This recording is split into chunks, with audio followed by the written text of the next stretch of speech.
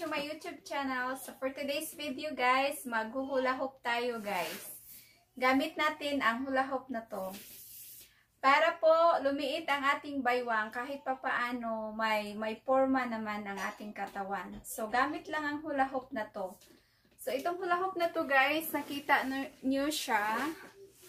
Ito siya, may rubber po siya dito guys. Makapal po talaga yung rubber niya dito. Pag once na ito ay umiikot na sa baywang nyo, talagang, iwan ko, hindi ko ma-explain yung talagang gusto ko nang huminto. Kasi masakit nga siya pag first time mong gagamitin. So, pero pag nasanay ka na guys, yan, dapat araw-arawin mo talaga siya kahit mga 30 minutes mo siyang ginagamit. Yan, at may talaga, may resulta talaga yung niya. Liliit talaga yung baywang nyo. Magkaroon talaga siya ng yung kurba. Tara guys, let's start it.